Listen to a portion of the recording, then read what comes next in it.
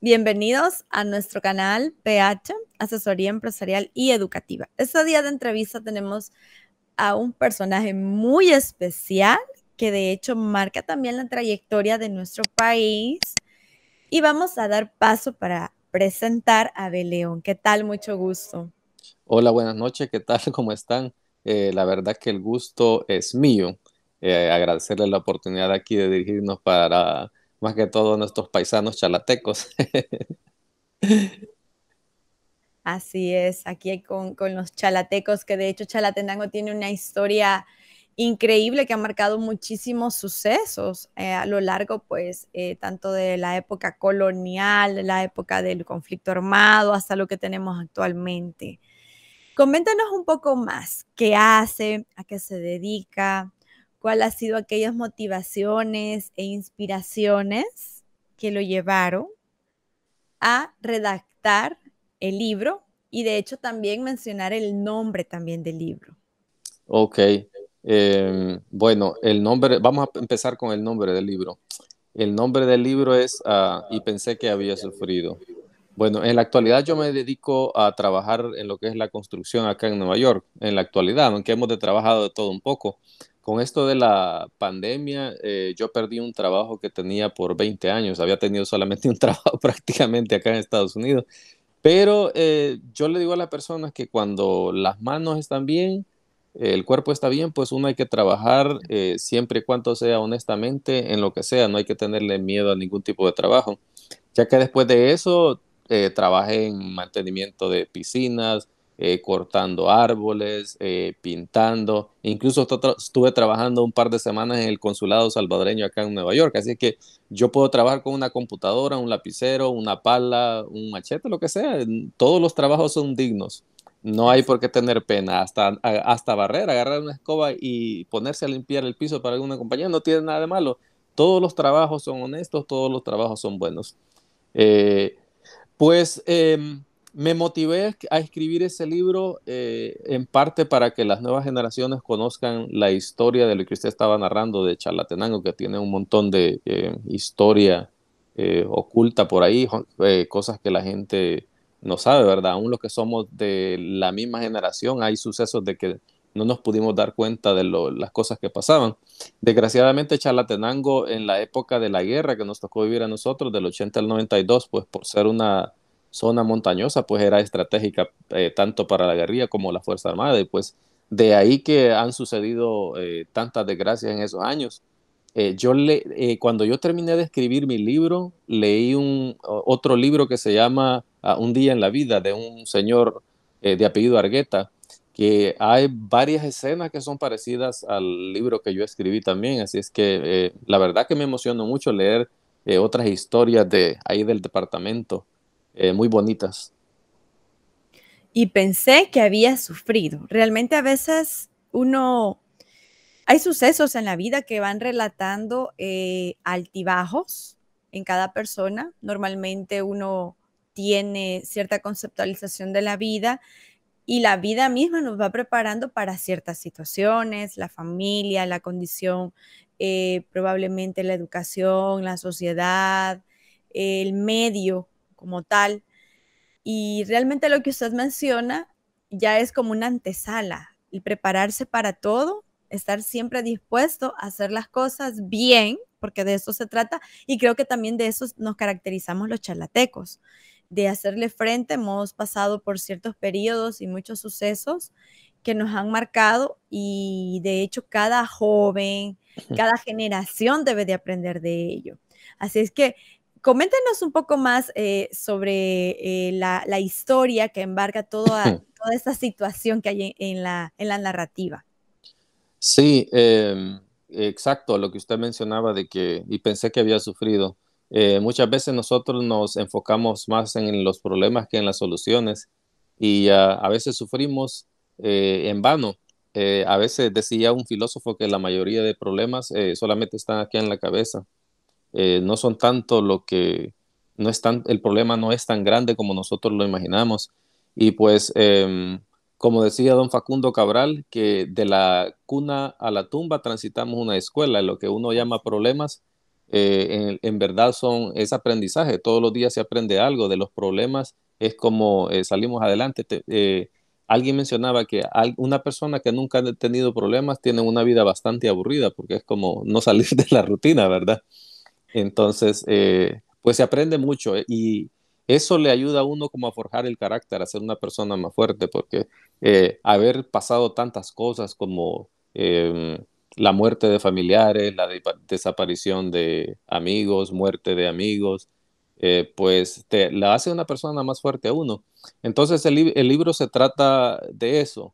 Narramos por ejemplo, empieza con el secuestro y el asesinato de mi padre en 1980. Luego, en esos 12 largos años de guerras, narramos lo que son la pérdida de algunos amigos que murieron en la guerra, pero no por ser combatientes, sino que por haber estado como en medio de ese conflicto armado. Recuerdo una vez que andábamos recogiendo leña con unos amigos, más o menos estamos hablando de allá por el 90, tenía yo como 13 años todavía. Y pues en uno de esos enfrentamientos del ejército con la guerrilla, pues uno amigo mío que se llamaba Beto, pues perdió la vida porque una bomba cayó cerca de él y él no era ni de la guerrilla ni era de la Fuerza Armada. Entonces, nosotros narramos en ese libro cómo fue que él perdió la vida. Recuerdo en esos tiempos también haber visto cómo la guerrilla llevaba a dos muchachos que se decía que habían formado parte de la Fuerza Armada o que se sospechaba que eran parte de la Fuerza Armada. Me recuerdo de verlo visto pasar por mi casa y lo llevaban a empujones. De esos muchachos no se supo nunca nada más. Terminando la guerra también, dos amigos míos que estaban muy chiquitos, me imagino que en ese tiempo tenían como unos 14, 15 años más o menos, encontraron una bomba y pues se pusieron a manipularla y la bomba les explotó. Uno de ellos solamente recogieron los pedacitos, el otro pues se alcanzaba a ver quién era. Eh, Mi caso, en el 1989, una bomba cayó en mi casa y no la semidestruyó. Pasamos varios días de que no teníamos que comer prácticamente. Nos ayudó la iglesia, la gente, los vecinos nos regalaban cosas y pues de eso trata el libro. Es como que estuviera viendo una película de Misión Vietnam, esa famosa serie que pasaron en la televisión, creo que en todos los países de Latinoamérica y bueno, creo que en el mundo, algo así. Recuerdo también, creo que fue en el 90, en un enfrentamiento entre la guerrilla y la Fuerza Armada, bajar literalmente un avión, derribar un avión, la guerrilla con un misil a plena luz del día, eran como las 9:30 de la mañana. Imagínense todos nosotros viendo, era como estar viendo una película de acción en primera fila, como en tercera dimensión. Esas son las vivencias de nosotros, como ver cadáveres de la guerrilla, de la Fuerza Armada, y desgraciadamente algunas veces nos tocó ver personas civiles también morir en ese conflicto. Así es que por ahí va la trama. También, aparte de eso, y pensé que había sufrido, ¿por qué el título del libro? Cuando yo agarré el hábito de la lectura hace un par de años, empecé a leer la historia. La que más me llamó la atención fue la de Facundo Cabral. Una persona que la gente dice, oh, cantante, tiene mucho dinero, es famoso, tiene una vida fácil, pero no saben que en sus inicios ese señor, un día antes de que él naciera, el papá los abandonó y nació en la calle. Anduvieron 9 años caminando por las calles de Argentina, comiendo de la basura. 4 de sus hermanos murieron de hambre y de frío. Él fue analfabeto, aprendió a leer en la cárcel a los 14 años y se convirtió en una de las personas más iluminadas del último siglo. Por ahí también está la historia en mi libro de un muchacho nicaragüense que nació sin brazos. No sé si tú lo has escuchado alguna vez en las noticias, Tony Meléndez.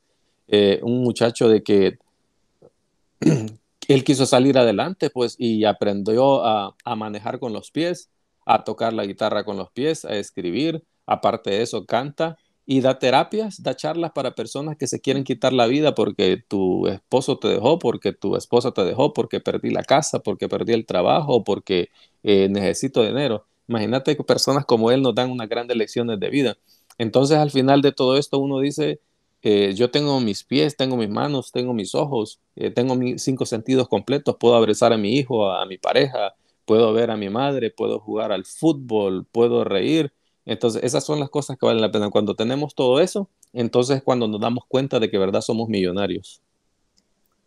Así es, y muchísimas gracias por esta, prácticamente es una lección de vida. De hecho, cuando uno cree que hay cosas que están mal, siempre hay que buscar el lado bueno, el lado positivo, porque de hecho la vida es un largo camino, es un aprendizaje y siempre uno debe de saber entender por qué está pasando lo que está pasando, y cuando uno ya lo comprende es más fácil, y ya cuando pasa ese suceso, ya luego uno lo recuerda, probablemente uno dice, de acá tomé fuerzas, probablemente uno dice, esto me ayudó a cambiar, a mejorar, o de esta crisis tomé la decisión para ser lo que como pues actualmente ahora soy, y de hecho así nos pasa a muchísimos. Abel, dentro de la trama de los sucesos que se relatan en el libro, ¿existe la posibilidad de hacer una segunda o tercera parte? Sí, de hecho, por la misma, a petición de la misma gente que ya leyeron el libro, los de mi pueblo están bastante emocionados y ya empezaron a comprar el libro algunos. Entonces me dice, Abel, ¿te recordás de esto que pasó en tal y tal fecha? Y digo yo, tenés razón, no está en el libro. Alguien más, Abel, ¿por qué no pusiste lo que pasó con el papá de fulano de tal que murió en aquella calle a mano de aquella? Y digo yo, tenés razón. E incluso cosas que me sucedieron a mí, como con los que secuestraron a mi padre, hay una escena que yo no la puse en el libro porque fue hace 40 años. O sea, imposible recordarse exactamente todo lo que sucedió en esa época. Les contaba yo a los de Facebook, esta escena es de gratis y no está en el libro, es solo para ustedes.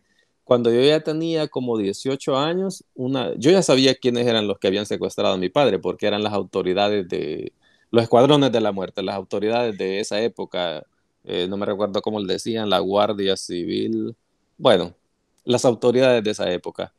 Yo me encontré con este señor, me di cuenta por la misma familia años más tarde de que había sido alguien de que había participado en la muerte de mi papá. Vine yo un día de tanto porque él pasaba riendo y platicando conmigo y yo ya sabía, ya me había dado cuenta después lo que había hecho y le dije, un día agarré valor y le dije, yo sé que tú participaste en el secuestro de mi papá y pues lo negó y dijo que no, que eran chismes, calumnias, pero mi mamá lo vio. O sea, no es que dicen que dijo que te contaron, no, mi mamá no hablaba con ese señor y un día lo vi que lo dejó con la mano estirada, que llegó a saludarla. Y entonces yo ya había escuchado los rumores y mi mamá me lo confirmó y me dijo, sí, es verdad, pero no tenés que tenerle rencor a la gente, deja que Dios se encargue de estas cosas. Pues el Señor casi se fue a los golpes conmigo, bien ofendido, pero después de esa época, el Señor cuando me encontraba me agachaba la cara, ya no tenía valor de verme a los ojos porque él sabía que era verdad, o sea, no era ningún rumor. Entonces, escenas como esa no están plasmadas en el libro y varias más. Así es que definitivamente vamos a tener que escribir la segunda parte. Existe entonces la posibilidad de poder leer, entender un poco más. Miren, de hecho, cuando uno va conociendo la historia narrada a través de todos los sucesos de alguien que lo vivió, alguien que lo presenció, alguien que probablemente tiene más lecciones de vida por la trayectoria, el tiempo. Entonces uno como a través de esa narrativa, uno va entendiendo un poco más este suceso que marcó muchísimo toda la etapa, la economía, la sociedad, lo que ahora tenemos como país. Entonces, por eso es importante que vayamos conociendo, y pues qué bueno que tenemos acá al autor del libro para irlo conociendo también en todas sus facetas, porque de hecho, cuando comenzó con el libro, ¿cuál fue la primera, la inspiración de decir, bueno, me voy a sentar, o de repente hacía por capítulos, o cómo se fue conformando toda esta etapa de escritor? Fíjese que fue un proceso literalmente de 20 años de meditarlo. Cuando yo recién llegué acá a Estados Unidos, un señor italiano para el que yo trabajaba empezó a preguntarme cosas de mi país, de mi padre, de mi madre, de mis vecinos, de mi pueblo, cómo era. Empecé a narrarle yo todo lo que acabamos de hablar con usted, lo que había pasado de la guerra, todo lo que ya hablamos. Entonces me dice él, Abel, si usted hiciera una película de lo que usted vivió cuando era niño y era joven, haría mucho dinero. Bueno, se quedó la idea ahí, eso fue hace 20 años. Hace como 4 o 5 años yo empecé a leer, leer, leer, empecé a literalmente a devorar libros, libros y libros, y me llamó la atención la historia, como te comentaba, de Facundo Cabral. Ujú. Hace 2 años que yo escribí el libro, yo estaba leyendo un libro de Facundo Cabral que se llama Y pensé, no, y ayer soñé que podía y hoy puedo. Así se llama el libro. Yo ya venía meditando lo de escribir un libro, pero yo decía, ah, lo de escribir un libro es para personas preparadas, para personas estudiadas, para personas inteligentes. ¿Qué voy a escribir un libro? Yo sí tengo demasiados errores de ortografía. eh, Apenas terminé bachillerato con notas ahí más o menos regulares, pero no era un estudiante brillante. Entonces decía yo, no, quizás no es para mí. Pero ese día que estaba leyendo ese libro de Facundo Cabral que decía, ayer soñé que podía y hoy puedo. Escucha el título del libro.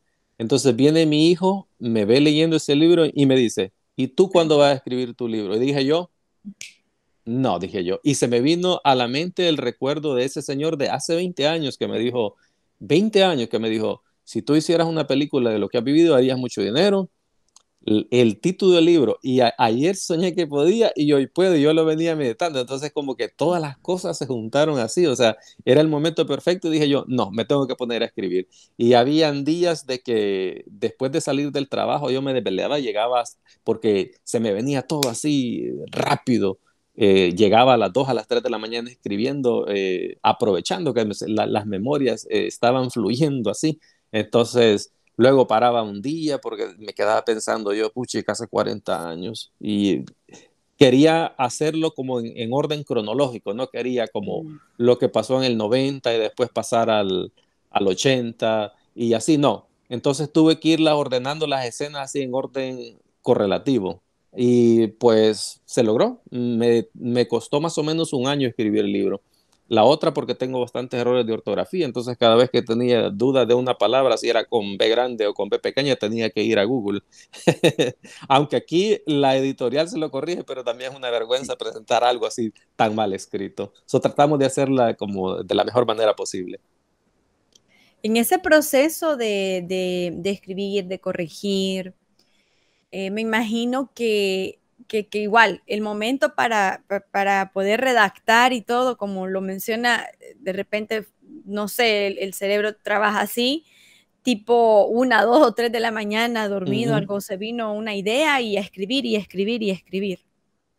Exactamente, había que aprovechar. De repente decía yo, esto está interesante, lo tengo que escribir. No, y la cosa es que cometí un error que lo empecé a escribir a mano. Mm. No lo hice en la computadora ni en una aplicación del teléfono lo hice a mano. Y una vez ya había avanzado como 40 páginas más o menos.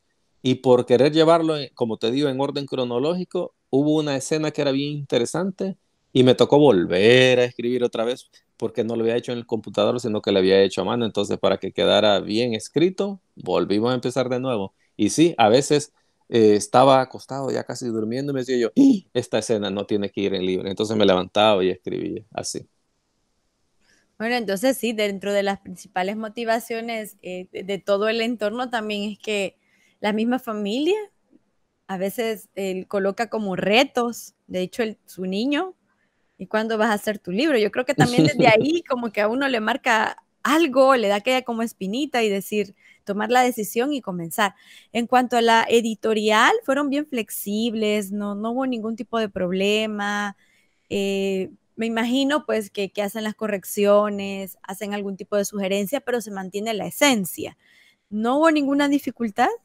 No, la verdad que no. El libro estuvo sentado literalmente como un año porque no encontraba una editorial, andaba preguntando y nadie me decía dónde, pero todo pasa en el momento correcto. Por eso dicen que la paciencia es la madre de la ciencia. La paciencia quiere decir de que hay que hacer las cosas en el momento adecuado. Apareció, por lo que yo trabajé en el consulado de El Salvador un tiempo, apareció por ahí una nota del presidente de la República. Entonces el cónsul de Nueva York me llama un día, ya te tengo quien te va a publicar el libro, aquí está la información. Hablé con el señor, es un señor ecuatoriano, muy buena persona, le presenté la historia y me dijo, tengo varios libros de publicar, pero esta historia parece una película de terror, esta la vamos a publicar ya. Y entonces empezó a trabajar y se hizo bien rápido porque el señor me dijo, esta historia está bien interesante, de esta historia se puede hacer una película. Y pues, como tú decías, me hizo algunas correcciones, algunas sugerencias, pero lo trabajamos ambos. Él siempre me consultaba, pero la esencia del libro jamás se perdió. Siempre fue como la idea principal, lo que yo había escrito. Se le mejoraron algunas cositas, pero todo se me fue consultado.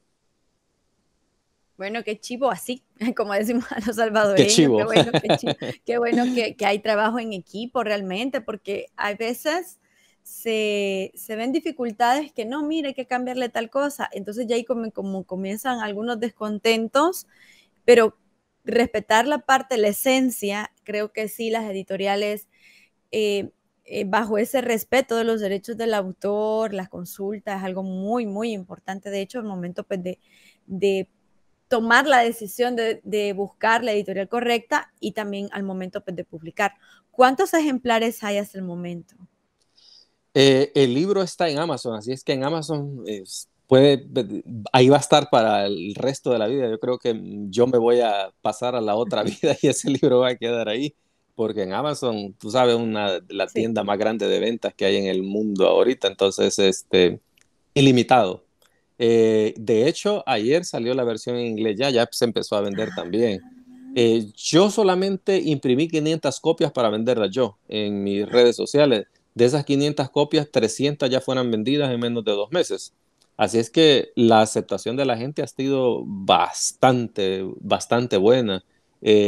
Lo han compartido. Bueno, tú has visto que algunas amistades tuyas ya lo compartieron. Creo que por eso te diste cuenta del libro. Sí. Igual acá, las amistades mías, la verdad es que eso de ser como humilde con la gente, ser honesto, saludarla, sonreír, te abre muchas puertas porque hay mucha gente que ni siquiera ellos mismos me lo han dicho, mira, yo nunca he leído, pero lo voy a comprar porque te quiero apoyar. Otros dicen, yo nunca lo he leído, pero este es el primer libro que voy a ver, me da curiosidad. Otro dice, no lo quería comprar, pero estoy viendo que mucha gente lo está publicando y me está interesando. Ya vendimos libros en Canadá, en Italia, en España, ya tenemos unos ejemplares en Honduras y por supuesto que en El Salvador. Aquí en Estados Unidos, pues hemos enviado a Texas, a California, a Los Ángeles, a Miami, Houston, Arkansas, diferentes estados. La verdad que se está vendiendo muy bien hasta el momento. Ya se internacionalizó y qué bueno, porque así conocen un poco más de la historia de Chalatenango, narrada pues a través de un chalateco que lo vivió, que lo presenció y que a través de toda esa narrativa puede uno pues entender todos estos sucesos, porque realmente hay libros de historia que van narrando y van comentando lo que pasó, lo que se vivió, pero cuando uno ve la esencia de cuando realmente alguien se toma el tiempo de poder comentar su propia vida, su propio suceso, uno como toma como un poco más de conciencia también para poder determinar, ah, esto sucedió, esto fue parte de la historia, no solo de Chalatenango, sino que también de El Salvador. Y qué bueno, pues que ahí ya vamos a comentar ahí cómo pueden adquirirlo, también contactarse con usted y todos esos detalles. Dentro de todo este proceso, al momento de escribir, podríamos mencionar que hay episodios gratificantes a lo largo de todo este año y cuál ha sido aquel como que marcó más esta trayectoria al momento de escribir el libro. Fíjese que hay una parte de ese libro que a mí me emociona bastante y es lo que me ha motivado a mí a, a abrir una fundación. Nosotros tenemos una fundación que se llama María Agustina. Esa fundación se encarga de ayudar a personas prácticamente necesitadas. Nos enfocamos más que todo en los cantones. Esa gente de allá donde no hay luz, donde no hay agua, gente que a veces no puede estudiar por falta de dinero. Entonces nosotros tratamos de ayudarles con sillas de ruedas, a construir su casita. tenemos un programa todos los años que se llama el Día de las Madres, porque le celebramos el Día de las Madres a las gentes de los diferentes cantones. Consiste en entregarles una canasta con alimentos de primera necesidad, arroz, frijoles, azúcar, harina, leche, etcétera. Luego tenemos la otra actividad también que es en diciembre. En diciembre compramos 2, 3 vacas y les entregamos carne a la persona para que por lo menos puedan tener una cena digna el día de Navidad. ¿De qué nació esta idea? Bueno, cuando yo estaba creo que fue en el 89 que recién nos había caído la bomba en mi casa, quedamos en esos días de que nuestra condición económica era bastante deplorable. Entonces yo se suponía que iba a asistir a séptimo grado, pero por falta de dinero no tenía cuadernos, no tenía para el uniforme, no tenía zapatos. Entonces me acuerdo que las clases ya habían empezado, pero mi casa está ubicada frente al puesto de salud. Yo andaba caminando por ahí, ya había empezado 2 semanas de clases, y una enfermera me dice, Cipote, vení, me dice, ¿y por qué no estás en la escuela? Y me dice, y le digo yo, oh, es que mi mamá no tiene dinero para los cuadernos ni para el informe, no puedo ir. Pero ¿te gustaría la escuela? Claro que sí, le digo, a mí me gusta la escuela, me encantaba el estudio. Y me dice, vamos a hacer una cosa, yo te voy a dar esta libreta, me dice que era donde ella anotaba las recetas médicas. Anda donde el profesor y decirle que te dé permiso, que vos vas a conseguir cuadernos después. Y con el uniforme, ¿cómo hago? Le digo, ¿de qué color es, mes? Es como una camisa como azul, azul claro, y el pantalón como azul negro. Y con el uniforme, ¿cómo voy a hacer? Decirle que te dé permiso, que en un par de semanas lo vamos a conseguir. Me fui a la escuela, hablé con este señor que gracias a este libro acaba de aparecer, Don Balmore. Él me permitió asistir a la escuela, muy amable, me dijo, claro que sí, Abel, no te preocupes. Entonces, yo siempre tengo en mente eso, el recuerdo de esa enfermera que me ayudó. Entonces digo, ahora es el tiempo de que yo tengo que regresar esa ayuda que yo recibí. Entonces, por eso estamos tratando de hacer, aunque no es gran cosa, pero por lo menos estamos tratando de hacer en la medida posible lo que nosotros podamos. Claro, con la colaboración de nuestras amistades, no es dinero que sale de mi bolsillo, sino que mis amigos de Facebook, gente que me conoce y aún gente que no me conoce, porque recibo donaciones de gente de otros estados que solo me han conocido a través de las redes sociales. Así es que ahí estamos, tratando de hacer lo mejor posible. Qué gratificante también el hecho de saber, porque no solamente está plasmado ahí como algo que queda no solamente en la memoria, sino que ha trascendido a la acción, el apoyo, la colaboración, la contribución. Y bueno, sí, ya vamos a mencionar también para que quienes puedan y deseen pues colaborar también, se puedan agregar y puedan comunicarse con usted y a los que ven ese video también para que lo compartan también y nos informemos más cómo funciona todo este mecanismo. Abel, ¿en qué podríamos decir? Usted tiene, es múltiple, ¿sí? Actividades, hace eh, cantidad bueno, en su diario vivir, una agenda muy cargada, de hecho, por lo que menciona, pero ¿cómo podríamos definir a Abel en 1 o 2 palabras? ¿O cómo se autodefine? Una persona positiva, Positiva. una persona curiosa. Positiva y curiosa. Esas serían las palabras clave, la forma de definirme. Yo siempre le veo el lado positivo a todo. Una vez leí un meme hace como un mes que decía, a esas personas que son positivas cuando se caen de una escalera, ¿qué dice? Dan las gracias porque llegaron más rápido abajo y yo me moría de la risa.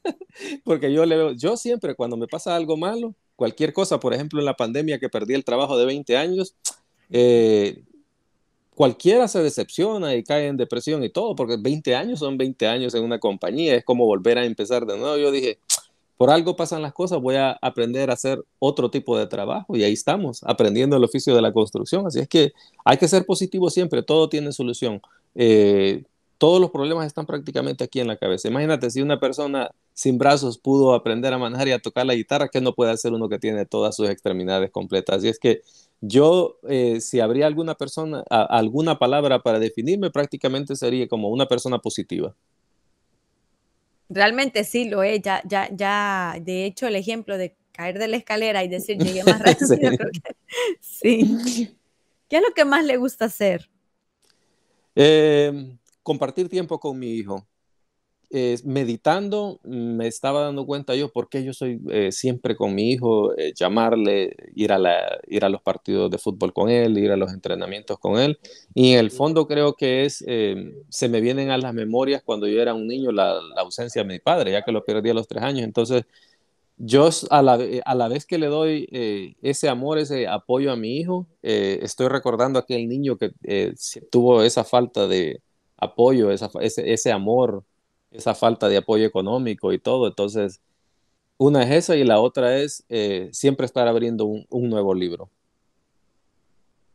Ya, interesante. Sí, realmente creo que de todo lo que nos ha mencionado, la mayoría ya estamos como entendiendo y captando la parte positiva, las lecciones que da la vida y que realmente hay que saber aprovechar y siempre estar recordándonos que cada día es un nuevo día para tomar las riendas de nuestra vida y hacer las cosas mejor. Pero ¿existirá algo, Abel, algo que no le guste o algo que realmente diga se pueda mejorar o se pueda cambiar? Si hay algo que yo de verdad detesto es las personas negativas, esa gente que se quejan de todo. Si llueve, se quejan porque llueve. Si está soleado, se quejan porque está soleado. Si está haciendo frío, se quejan porque está haciendo frío. Si está haciendo calor, se quejan porque está haciendo calor. Así es que alguien dijo de que nosotros somos como el resumen de las 4 personas con las que más compartimos. Imagínate estar compartiendo tu vida con una persona negativa, con una persona de que tiene vicios, una persona problemática, en que te vas a convertir en eso. Entonces hay que tener mucho cuidado con quienes nosotros compartimos nuestro tiempo. Eso es bastante peligroso, dependiendo, ¿verdad? Si te juntas con personas negativas, el resultado va a ser algo negativo. Entonces por eso es que hay que compartir nuestro tiempo con las personas positivas. Yo estuve prácticamente en una época de mi vida así, por eso, y pensé que había sufrido. Cuando yo me vine del Salvador, pensaba de que yo era una de las personas que más había sufrido de la vida.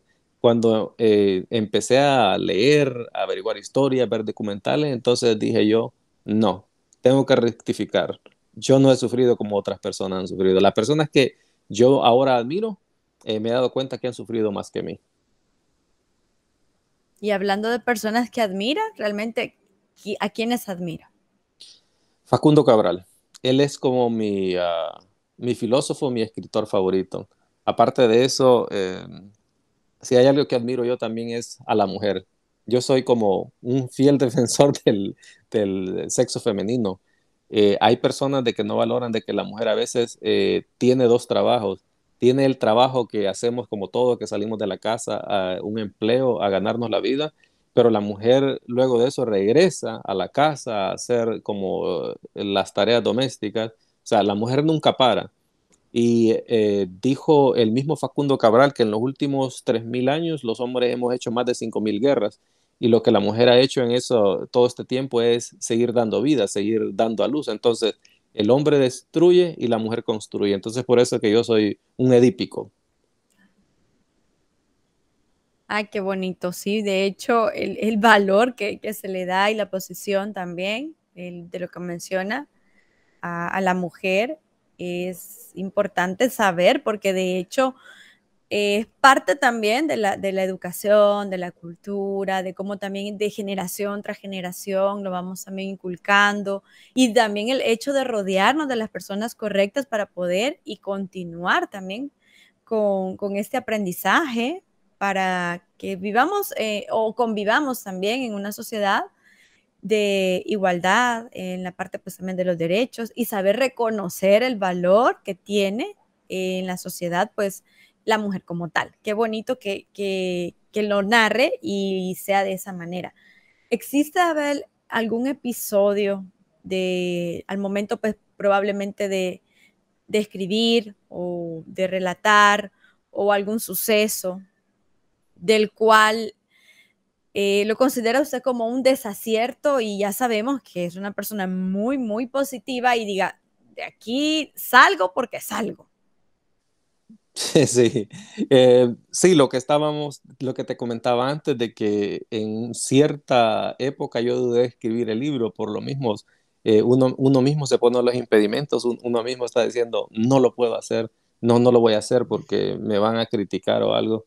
Hay que olvidarse de la crítica de las personas. Hoy mismo venía hablando de eso con mi hijo hace como una hora que él tenía entrenamiento de fútbol, porque a veces a él le molesta la crítica a los demás, le da como vergüenza y le digo yo, la única crítica que tiene que importarte es la tuya, lo que tú pienses de ti, lo que los demás piensen, olvídalo, no es importante. Si tú piensas que está bien y que lo puedas hacer, si la gente se burla, no importa. Así es que yo ya dejé de un lado eso de el qué dirá la gente.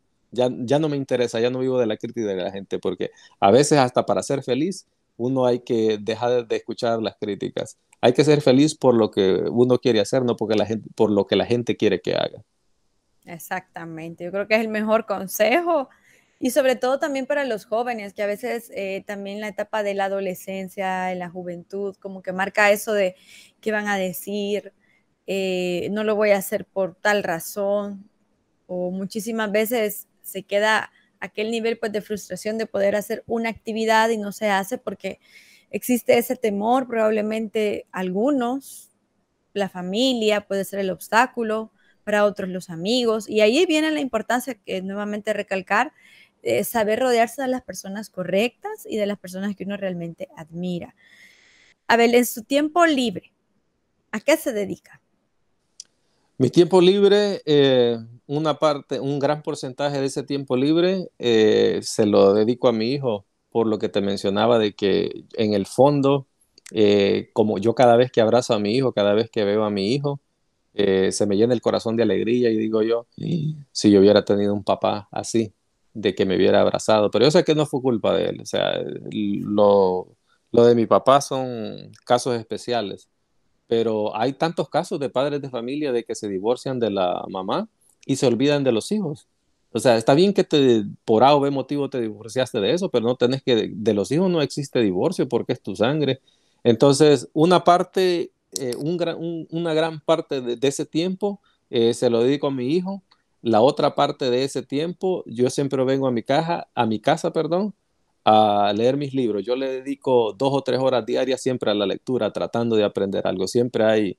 eh, yo empecé con los libros de historia y dije, yo voy a leer siempre historia porque está bien interesante. Mi primer libro es un libro de Eduardo Galeano que se llama Los hijos de los días, que son 365 historias de hechos que sucedieron a través de los tiempos en diferentes partes del mundo. Pero después de la historia, me pasé a los libros de política, empecé a leer a Maquiavelo, a Platón, a Aristóteles, y dije yo, no, lo mío es los libros de política. Por ahí leí también el libro de George Orwell, 1984, que narra lo que es la Unión Soviética y cuando Stalin quería hacer a todas las personas iguales allá en esas épocas oscuras que tuvo el mundo. Y de repente filosofía. Empiezo a leer a Facundo Cabral, empiezo a leer a meditaciones. Dije yo, no, lo mío es la filosofía. Ahora estoy en los libros de psicología.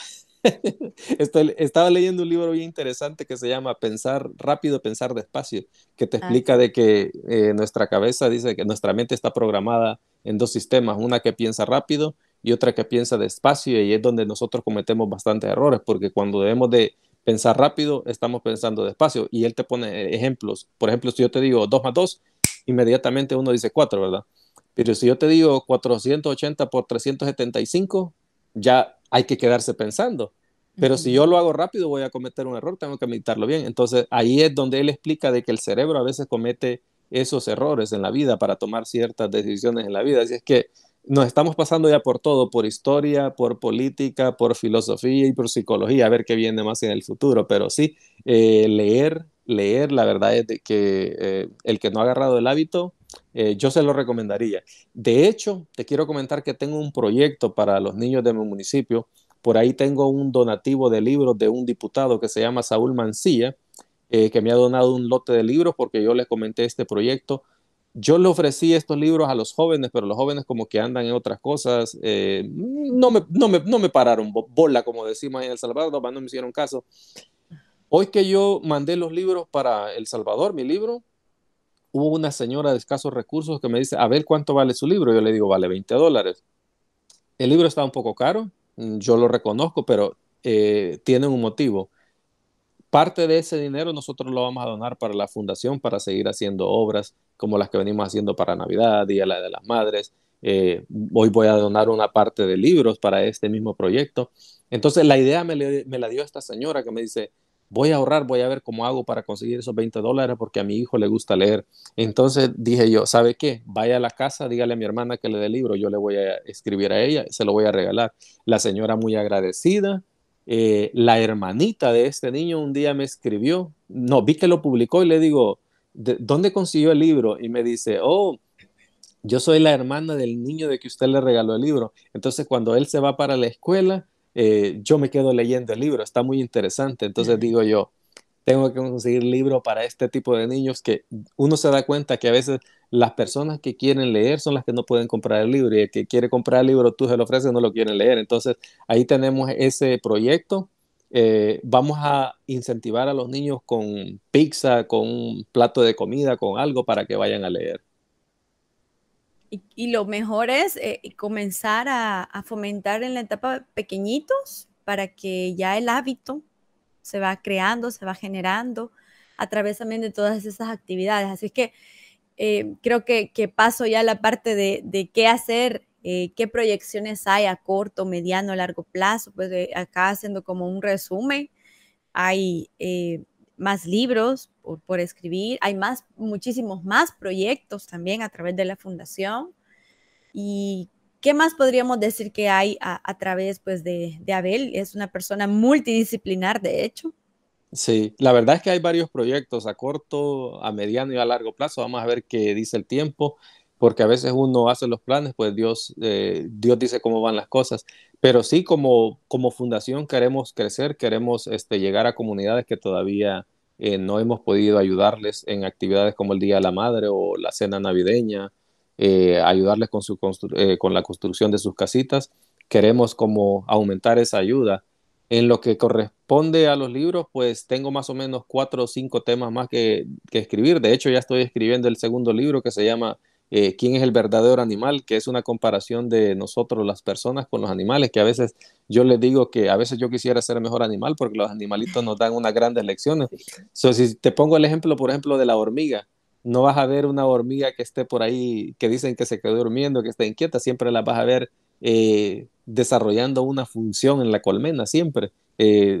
La hormiga es uno de los animales más organizados del mundo y por eso es que los científicos viven con sus microscopios instalados ahí para ver cómo funciona y la verdad es que es una maravilla. El que no ha visto un documental de hormigas no sabe de lo que se pierde, aprendería bastante. Tienen mucho que enseñarnos a nosotros. Entonces, ese es mi segundo libro, ya lo estoy escribiendo, pero aparte de ese tengo como 4 temas más que escribir. La segunda parte de lo que es y pensé que había sufrido, que ya estamos pensando a las personas que vamos a ir a hacer la entrevista para poder narrar eso. Así es que está también el otro proyecto que la misma editorial lo ha recomendado, de que de este libro se puede hacer una... Yo le dije, tal vez sale una película más o menos, me dijo, no, de aquí se puede hacer una muy buena película, nada que una película más o menos. Así es que esos son los proyectos que tenemos, no sabemos si va a ser a largo, a mediano o a corto plazo. Que sea lo que Dios diga y siempre dispuestos ahí Así, con positivismo a tomarlo. así será. Qué bueno, qué bueno. Y yo siempre digo, yo no dudo cuando el éxito está y las ganas es lo más ideal de continuar pues en el camino adecuado. ¿Qué consejo podríamos darle a los jóvenes, a los padres de familia, a los amigos, a quienes nos rodean a través pues de fomentar el hábito también de la lectura? Bueno, hay tantos consejos que podríamos de darle y ojo, yo estoy diciendo consejos, ¿verdad? Los consejos no son órdenes, los consejos es algo que es para tomarlo en cuenta, no quiere decir que lo que tenés es así, sino que yo lo puedo imitar y decir si me conviene o no me conviene. Pero para los jóvenes lo que yo les diría es de que en el mundo que vivimos ahora, que todo el mundo vive metido en el teléfono, en el iPad, en la computadora, pues hay que saber manejarlo. No tiene nada de malo, la tecnología no tiene nada de malo, pero hay que aprovecharlo para ver un documental ahí de vez en cuando, porque estaba viendo que hay una enfermedad ahora con los niños que viven pegado al teléfono, pero en los juegos, videojuegos y todo eso, eso no los va a llevar a nada bueno. Ese es como un vicio, como una droga. y pues rodearse de personas positivas. eh, Todo tiene solución en la vida menos la muerte.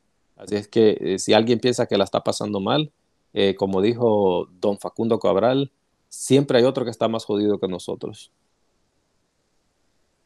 Así es, bueno, hay que tomar ahí en cuenta, como dice uno, tómelo, déjelo, pero siempre hay que analizar lo que sea para nuestro propio bien y tomarlo siempre todo en la vida con positivismo. ¿Algo más que podríamos agregar? Otra cosa que siempre les estoy diciendo yo a veces cuando hacemos este tipo de eventos nosotros con la fundación es de que yo no busco de que la gente me done dinero a mí. Lo que nosotros queremos es motivar a la gente a de que cada quien, imagínate, son 14 departamentos, si no me equivoco son 262 municipios. Imagínate, cada municipio tiene 4 o 5 cantones, o sea, son un montón de comunidades y El Salvador tiene la bendición que habemos 3.5 millones de salvadoreños vivientes en el exterior, la mayoría en Estados Unidos, otros en Europa, algunos en Sudamérica. Entonces, cada persona puede organizarse, no todos los días, yo no digo dónde es su sueldo, pero hay fechas especiales como la Navidad, el Día de la Madre, Día del Padre, de que podemos empezar a organizarnos para llevar aunque sea un plato de comida, para llevarle una piñata, un pastel a esos niños de escasos recursos. Y a la gente dice, pero es que nadie me ayuda. Todos empezamos desde cero. Esta fundación la empezó, tengo un hermano sacerdote que está acá en Nueva York también, que es más joven que mí, el padre Daniel. Él y mi mamá fueron los que comenzaron con esa idea, empezaron con 5 o 6 personas y pues después nosotros con mi otra hermana, con nuestras amistades, con la familia, pues hemos ido eh, creciendo esa ayuda. Así es que si alguien está pensando por ahí de que porque solamente alcanza para 5 personas, yo le digo no se preocupe, mañana van a ser 6, pasado mañana van a ser 10, el próximo mes van a ser 20 y así la gente lo va viendo, lo va viendo. Lo que uno tiene que hacer es con estas cosas es ser bien transparente. Yo siempre, para empezar, le doy gracias a la gente que me apoyó, siempre los publico, gracias a fulano de tal, tanto dinero recibimos y y aquí está la foto, aquí está el video de lo que se entregó. Hay gente que dice lo que tu mano derecha hace que no lo sepa la izquierda. A veces ese es un pretexto. Está bien si yo voy por la calle y le quiero regalar un plato de comida a alguien, no voy a agarrar el teléfono así, me voy a tomar una selfie aquí regalándole un plato de comida. Pero cuando uno trabaja con donaciones, hay que comprobarle a la gente de que esa ayuda se entregó. Entonces yo no le puedo decir a la gente, sí, fíjate que lo entregué. ¿Y cómo le comprobas? Además, eh, ver estas fotos, compartirlas en las redes sociales, va a haber una persona que va a decir, yo quiero ser parte de ese evento. Entonces, estás motivando a la gente para que ellos lo hagan en su comunidad también. Bueno, ahí está la invitación entonces. A ver, ¿cómo podemos contactar si queremos, bueno, el libro, si queremos más información acerca de la fundación, si queremos apoyar de una u otra manera, o si algún joven está interesado, ay, me encantó la entrevista y me ha motivado, yo quiero escribir, ¿cómo puedo comenzar? ¿Cómo podemos contactarnos? Bueno, la fundación los pueden escribir en la página. Tenemos la página que es la fundación que tiene su propia página, se llama Fundación María Agustina. Esa sería la forma de seguir nuestra página, pero también nos pueden seguir en mis redes sociales como Abel León. El libro lo pueden encontrar en Amazon. Usted puede escribir el título del libro y pensé que había sufrido, o el título en inglés que dice I thought I had suffered. De esa forma lo puede encontrar. Pues bueno, creo que eso sería todo por el momento. Hasta la próxima, me imagino, ¿verdad? Me imagino que va a haber una próxima. Sí, de hecho, muchísimas gracias. Esa entrevista, de verdad, he quedado maravillada, encantada de conocer todas las facetas, los proyectos. De hecho, para mí es una sorpresa lo de la fundación y los demás proyectos. Y sí, vamos a tener acá una segunda entrevista. Nos planificamos para ver qué día Claro que sí, con acordamos, todo porque gusto. aquí como Chalateco siempre apoyando, siempre apoyando lo nuestro, digo yo, y pues de parte pues mía, de PH, pues muchísimos éxitos siempre en su diario vivir, a nivel profesional, a nivel de familiar y éxito siempre. Sí, no, muchas gracias. Y con lo que me decías de si algún joven quiere escribir y pues quiere consejos, pues yo con gusto lo puedo ayudar, no hay problema.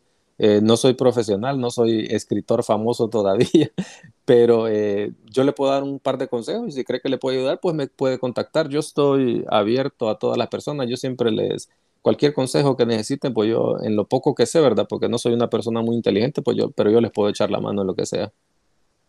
Muchísimas gracias. Bueno, ahí está. Y pues vamos a dejar los enlaces también para que ustedes conozcan un poco más, pueden adquirir el libro o también puedes apoyar lo de la fundación o comunicarse pues de manera directa con el escritor. Así es que muchísimas gracias nuevamente. No, muchas gracias a ti, gracias por la oportunidad. Estuvo muy entretenida la entrevista y ojalá que podamos charlar en la próxima ocasión. La verdad que fue un gusto, te agradezco por la oportunidad.